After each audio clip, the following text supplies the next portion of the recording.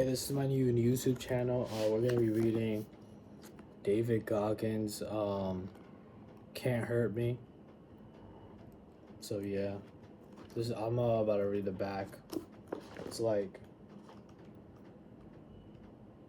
about 360 pages long. So yeah, David Goggins. I think he was like a Navy SEAL. Yeah, as you can see, I think he was a Navy a veteran. Yeah, Navy SEAL. Alright, I'm just gonna read the back. It just shows everything. Advanced praise for "Can't Hurt Me." David Goggins is a being of pure will and inspiration. Just listening to this guy. Wait, hold on. Before I even say I'm making this YouTube channel just to improve my vocabulary and just talking to people. So basically, yeah, this is my way. So let's begin. David Goggins is a being of pure will and inspiration. Just listening to this guy talk makes you want to run up a mountain. I firmly believe people like him can change the course of the world just by inspiring us to push harder and dig deeper in everything we do. His goal is to be uncommon amongst uncommon people is something we can all use to propel ourselves to fulfill our true potential.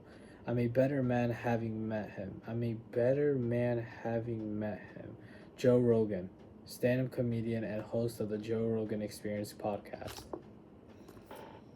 David Goggins lives out every goal, every dream, no matter what, period.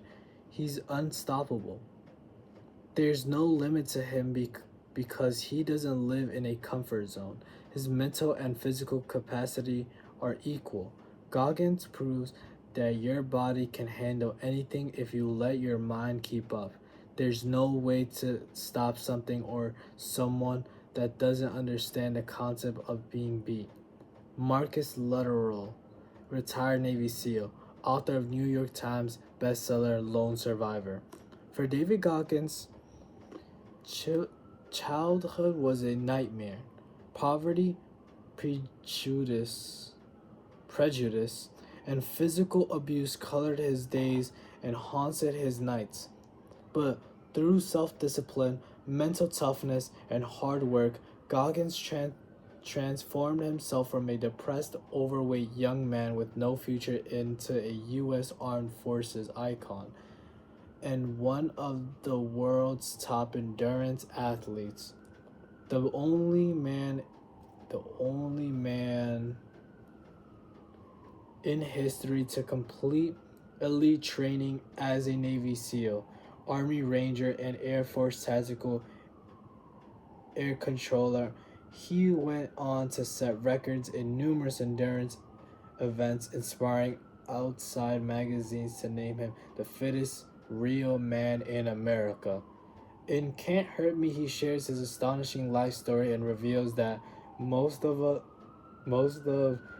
tap into only 40% of our capabilities. Goggins calls this the 40% rule, and his story illuminates a path that anyone can follow to push past pain, demolish fear, and reach their full potential. David Goggins is a retired Navy SEAL and has competed in more than 60 ultra marathons, triathlons, and ultra triathlons, setting new course records and regularly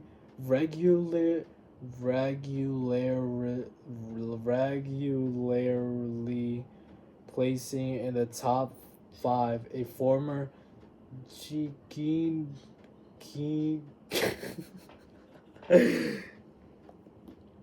Guinness World Record holder for completing 4,030 pull-ups in 17 hours. He's a much sought after public speaker who shared his story with the staffs or Fortune 500 companies, professional sports teams, and hundreds of thousands of students across the country. Alright, so that's the bag. Oh, yo, this is about to be a roller coaster. I gotta like learn my reading, bro. I gotta like max that out. Can't Hurt Me, first page. Can't Hurt Me Again by David Goggins. To the unrelenting voice in my head that will never allow me to stop. Warning, order, time zone 24/7, task organization, solo mission.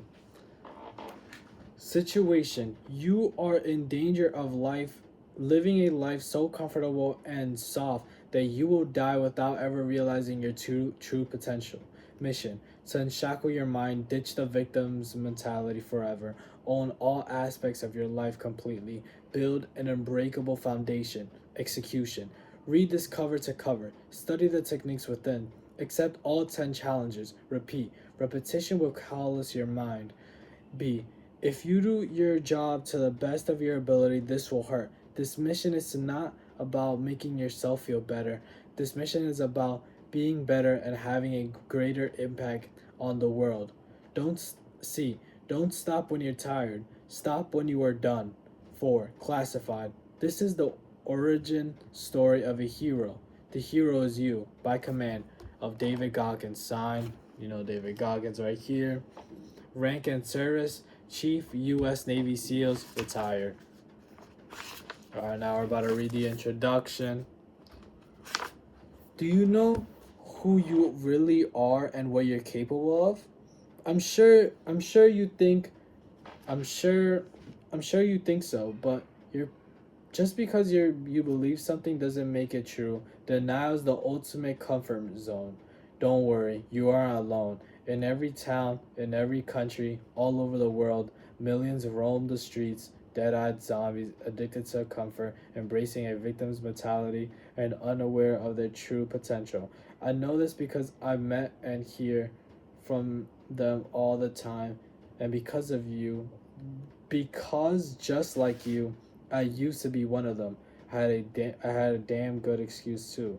Life dealt me with a bad hand. I was born broken, grew up with beatdowns, was tormented in school, and was called. Can I say this or nah? Nah, I'm not gonna say it. But it's like it's the N word. Sometimes then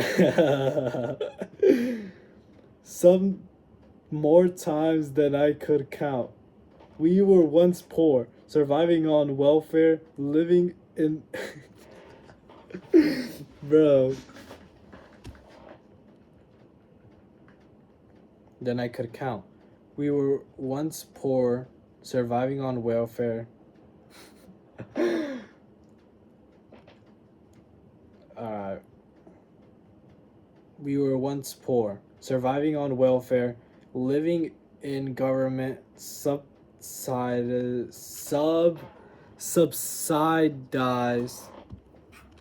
housing, and my depression was smothering. I lived life at the bottom of the barrel, and my future forecast was bleak as fuck. Very few people know how the bottom feels, but I do. It's like quicksand. It grabs you, sucks you under, and won't let you go. When life is like that, it's easy to drift and continue to make the same again comfortable choices that are killing you over and over again. But the truth is, we all make habitual self-limiting choices. It's as nature as a sunset and as fundamental as gravity.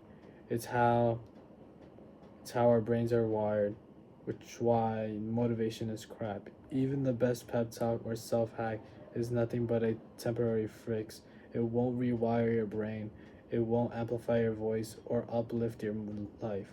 Motivation changes exactly nobody.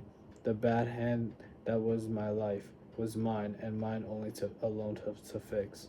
So I sought out pain, fell in love with suffering, and eventually transformed my life from the weakest piece of shit on the planet into the hardest man God ever created, or so I tell myself. Odds are you had a much better childhood than I did. And even now, might have a damn decent life, but no matter who you are, who who your parents are, where you live, and you do for a living, or how much money you have, you're probably living at about 40% of your true capability. Damn shame. We all have the potential to do so much more. Years ago, I was invited to be on a panel of Massachusetts Institution of Technology. I'd never set foot in a university lecture hall as a student. I'd barely graduated high school, yet I was at one of the most prestigious institutions in the country to discuss mental toughness with a handful of others. At some point in the discussion, an esteemed MIT professor said that we each have genetic limitations, hard ceilings, that there are some things we can't do no matter how tough we are.